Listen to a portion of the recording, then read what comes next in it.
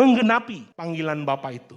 Ketika kita lahir baru saudara, dia mau ada pekerjaan-pekerjaan baik. Dan ternyata pekerjaan baik itu luar biasa penting. Kenapa saudara? Karena dipersiapkan Allah sebelum saudara diciptakan kembali. Dan Allah Ia mau supaya kita hidup di dalamnya. Sekali kelak pekerjaan masing-masing orang akan nampak. Karena hari Tuhan akan menyatakannya. Sebab ia akan nampak dengan api. Dan bagaimana pekerjaan masing-masing orang akan diuji oleh api itu. Nah, setiap kita nanti harinya Tuhan ya, dalam waktu kedatangannya yang kedua, kita akan berhadapan dengan Dia, saudara. Dan Tuhan catat semua pekerjaan-pekerjaan saudara. Akan ada pengujian terhadap setiap pekerjaan-pekerjaan itu. Jadi ternyata, saudara, sorga itu akan berbeda pengalamannya. Antara saudara masuk orang kategori yang pertama, orang-orang Kristen yang menang dengan upah, saudara. Dan orang-orang Kristen yang hanya sekedar lulus, saudara. Lulus dari api neraka maksudnya, saudara ya. Dia diselamatkan tetapi seperti dari dalam api, saudara ya. Ngalami kerugian.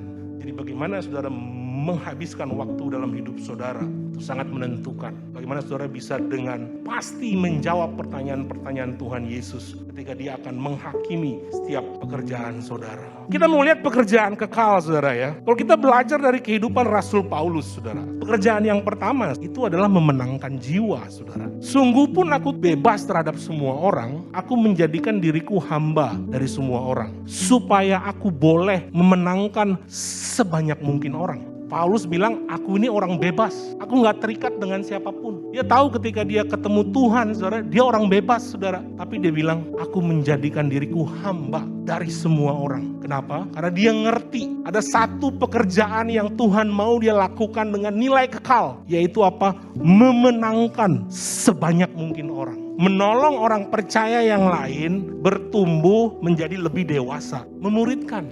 Dialah yang kami beritakan. Apabila tiap-tiap orang kami nasihati dan tiap-tiap orang kami ajari dalam segala hikmat untuk memimpin tiap-tiap orang kepada kesempurnaan dalam Kristus. Hari ini saudara kita ngerti bahwa ketika kita punya panggilan untuk boleh menolong orang lain bertumbuh dewasa, yang sangat dibutuhkan sebenarnya bukan khotbahin dia, bukan ngajarin dia lagi saudara, tapi nasihatin dia. Bagi pengalaman kita saudara kepada dia. Ajarin dia untuk cerita terbuka kepada kita. Makanya dengan bahasa kita ada di dalam pemuritan, ada di dalam komunitas saudara. Supaya apa? Supaya pekerjaan yang kedua ini bisa dikerjakan saudara. Kalau ini gak ada dalam gereja kita saudara, saya khawatir saudara, nanti di harinya Tuhan banyak di antara kita akan menyesal. Saudara lihat hidup saudara hari ini.